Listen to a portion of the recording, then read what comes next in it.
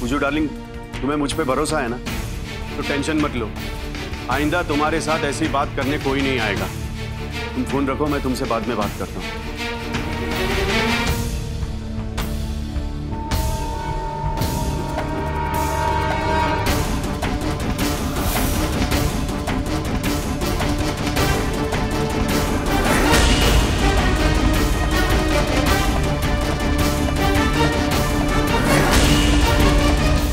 आपसे कुछ बात करनी है भैया।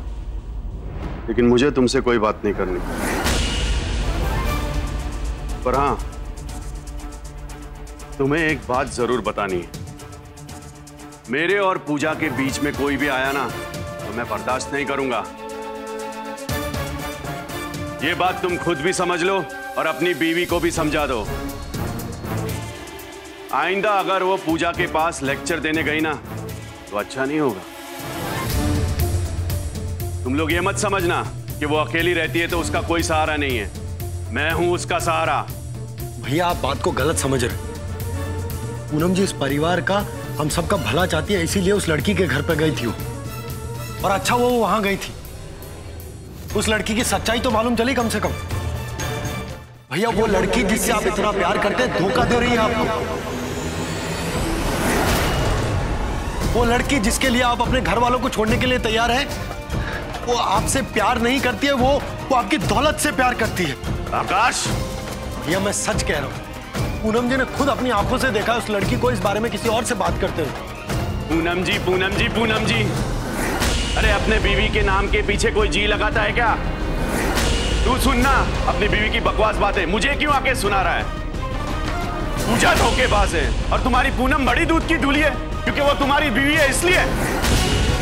और तुम्हारी खुद की बीवी कितनी बड़ी धोखेबाज है ये तुम्हें नजर नहीं आया आज तक? रहती यहाँ है, खाती यहाँ का है, लेकिन जीती है अपने माँ बाप के लिए। बस भैया आप बहुत गलत बोल रहे हैं पूनम जी के बारे में। बिल्कुल सच बोल रहा हूं मैं। पर तुम्हें उसकी गलती क्यों नजर आएगी? क्योंकि तुम तो दूसरे के मंडप से अपनी मनपसंद बीवी जो लेकर आए हो। अगर तुम्हारे सर पे भी कन्नू जैसी अनपढ़ झाइल गवार सर फिरी औरत को बांध दिया होता ना, तब तुम्हें पता चलता, तब मैं देखता कि कैसे तुम्हारे मुंह में जबान आती है। मुझे ज्ञान देने आए हो, पहले खुद ज्ञान लो।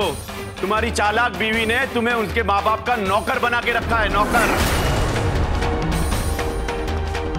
मेरी पूजा के बारे में बोलने से पहले अपनी बीवी को देखो, कितनी धोखेबाज, मक्कार और फरेबी है वो।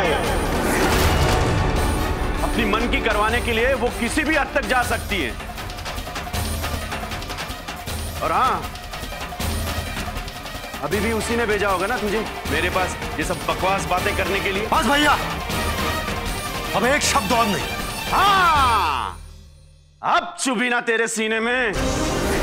जब तू पूजा के बारे में बकवास कर रहा था ना, अनशन बातें कर रहा था ना, तो मेरे भी दिल में चुभी थी। 1000 बार चुभेगी, क्योंकि किसी बाहर वाली औरत के बारे में नहीं, आप मेरी पत्नी के बारे में बात कर रहे हैं। चोरू के गुलाम, अपनी बीवी से सीखकर मुझे सिखाओगे? भैया बस कीजिए, वरना क्या अपने बड़े भाई पे तू हाथ उठाएगा?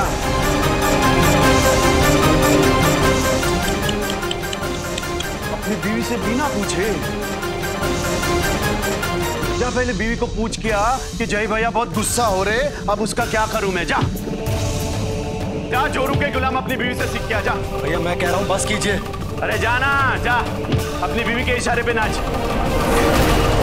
जाना, पूछ क्या? अब एक शब्द और नहीं भैया। आवाज नीचे। भैया मैं कह रहा हूं बहुत हो गया, बस कीजिए। तो कहता हूं आवाज नीचे। भैया संभालिए अपने आप को। नहीं सुननी तेरी बात। भैया शांत हो जाइए। वरना क्या? भैया मैं कहता हूं शांत हो जाइए। नहीं होता शांत। क्या करेगा तू? मेरे सबर का इम्तिहान मत लीजिए भैया। वरना क्या करेगा तू? भैया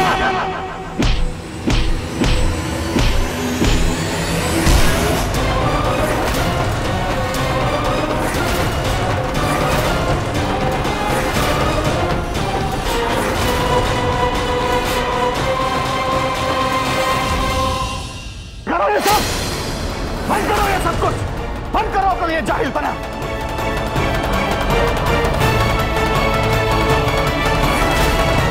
यही दिन देखना बाकी रह गया था आज तुम दोनों ने वो भी दिखा दिया मुझे। बाबूजी, उस बाहर वाली लड़की पूजा के लिए इस घर की बहू मेरी बीवी के बारे में जो मुंह में आए बके जा रहे हैं। शुरुआत इसने की, पहले पूजा के बारे में अनाप शनाप बोलने की। तो गलत क्या किया इसने? एक चरित्रहीन लड़की को चरित्रहीन कहा तो क्या गलत हुआ? मैं उसे चरित्रहीन कह रहा हूं तो क्या तुम मुझे मारोगे? तुम्हारी माँ, तुम्हारी दादी अगर कहेगी, क्या तुम उसे मारोगे?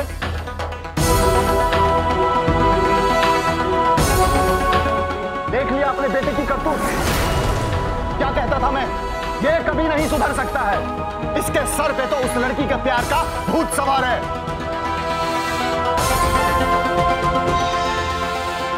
नहीं बर्दाश्त करूंगा तुम्हारी ये बदसलूकी मैं। जब तक तुम इस घर के कायदे कानून में रहना नहीं सीख जाओगे, तब तक तुम इस घर में नहीं रहोगे। तुम उस दिन घर छोड़कर जा रहे थे ना? अब मैं बोल रहा हूं, तुम ये घर छोड़कर चले जाओ।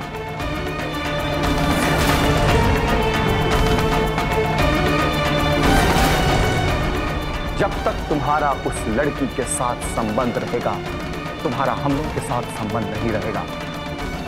अपना सामान बांधो और निकलो यहां से। तुम्हारे माँ बाप मेरे माँ बाप हैं, इसलिए जब मैं उनके साथ रहना चाहती हूँ, इसलिए मुझे वो परिवार दे दो। लेकिन पूजू, तुम्हें मेरी कसम। नहीं जाऊंगा मैं इस घर से।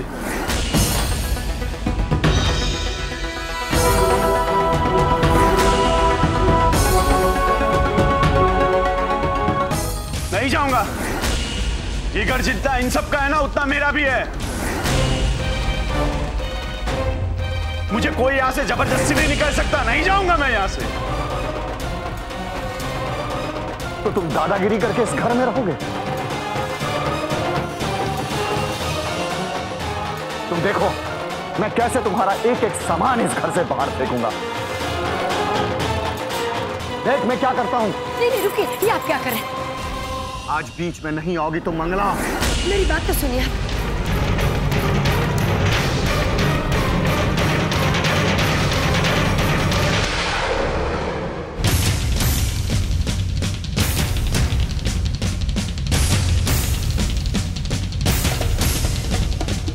बाबूजी प्लीज अब तो मेरे रास्ते से पूनम। जय भैया को घर से मत निकालिए। बाबूजी बात और बिगड़ जाएगी। अरे बिगड़ने के लिए बचा ही क्या पूनम? जब रास्तों की खाक छानेगा, ठोकरें खाएगा, तब जानेगा परिवार क्या होता है और घर क्या होता है। लेकिन बाबूजी वो इस समस्या का हल नहीं है। तो क्या है समस्या का हल? तुम ही बताओ। एक हल है बाबूजी, लेकिन उसके लिए हमें 1 महीने का वक्त चाहिए। 1 महीना?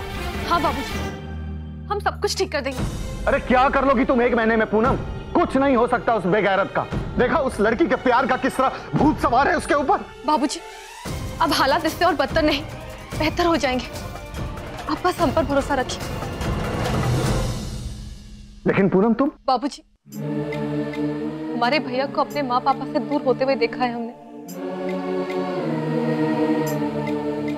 जवान बेटा घर छोड़कर चला जाए,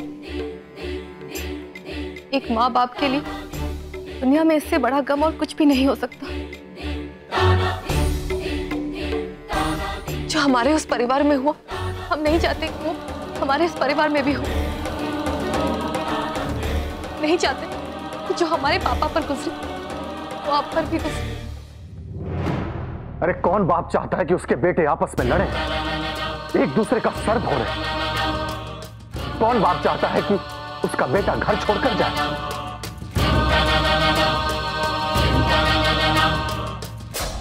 बस बाबूजी, जिस तरह हम आपकी हर परीक्षा में खरे उतरे, उसी तरह इस बार भी हम पूरी कोशिश करेंगे। अब बस हम पर भरोसा रखिए। बाबूजी हम आपसे वादा करते हैं कि 1 महीने में हम हालात को सुधार देंगे।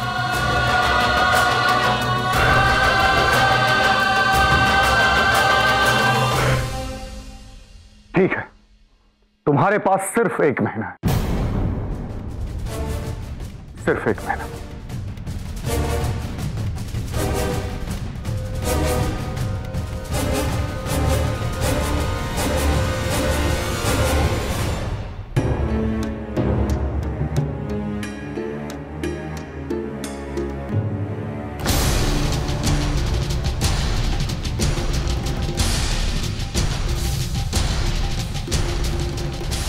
क्या हुआ? क्या कहा उन्होंने? जवाब दो ना।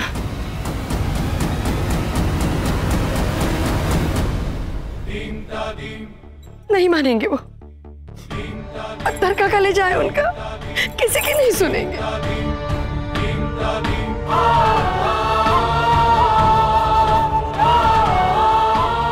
जय भैया कहीं नहीं जाएंगे।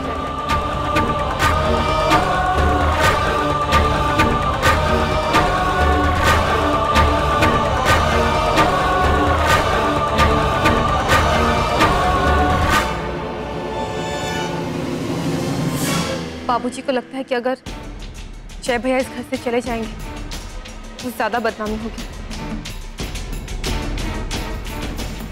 इसलिए उन्होंने ये फैसला लिया कि जय भैया यहीं रहेंगे। ऋषि ने ये फैसला बिल्कुल सही लिया बेटा।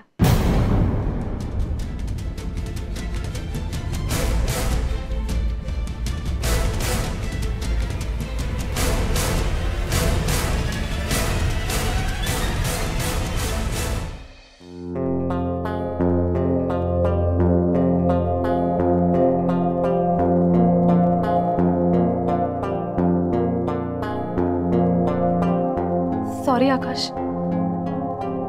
हमने आपको जय भैया के पास भेजा। आकाश, हमें लगा कि जय भैया और कनू भाभी के बीच में सब कुछ ठीक करने के लिए उन्हें पूजा की सच्चाई बताना बहुत ही जरूरी था।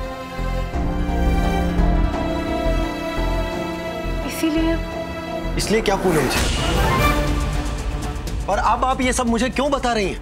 जब आपने इस मामले को निपटाने की जिम्मेदारी ले ही लिया तो जो मन मर्जी आती है, जो मन में आता कीजिए, और मुझे भी बता दीजिए कि मुझे क्या करना है।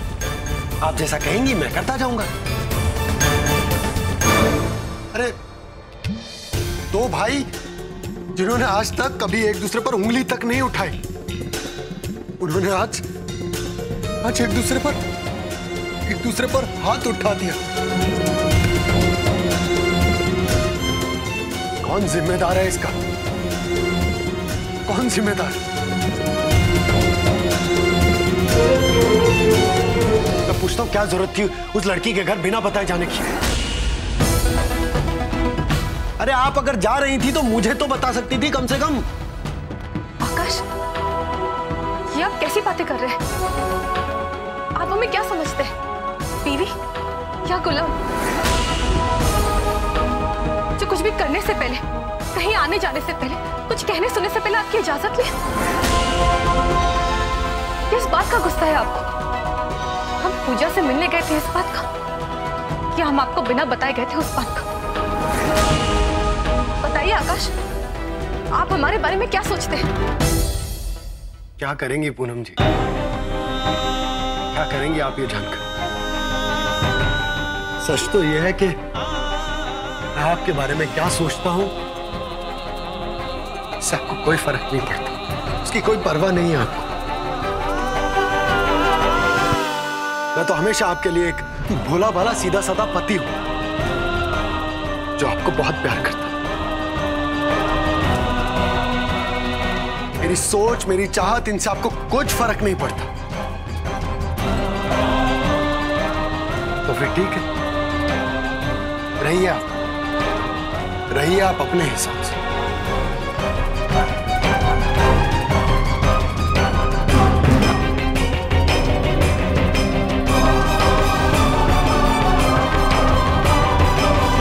एक मिनट आकाश, कब हमने आपकी इज्जत नहीं की? कब आपकी सोच को नकारा है? अरे सच तो यह है कि आपको हमारी सोच पर कभी भरोसा था ही नहीं। हमने कहा था ना कि माँ पापा को वो किराएदार धोखा दे रहे हैं। उस खंडर में कोई भूत नहीं है, ये भी हमने आपसे कहा था।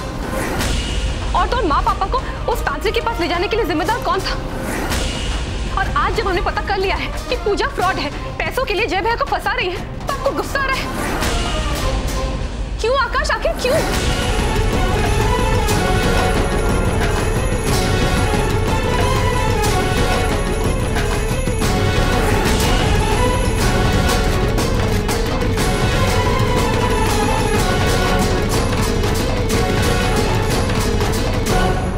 आकाश, आपको जो करना है आप कीजिए। मुझे माफ कीजिए, मुझे सोना है।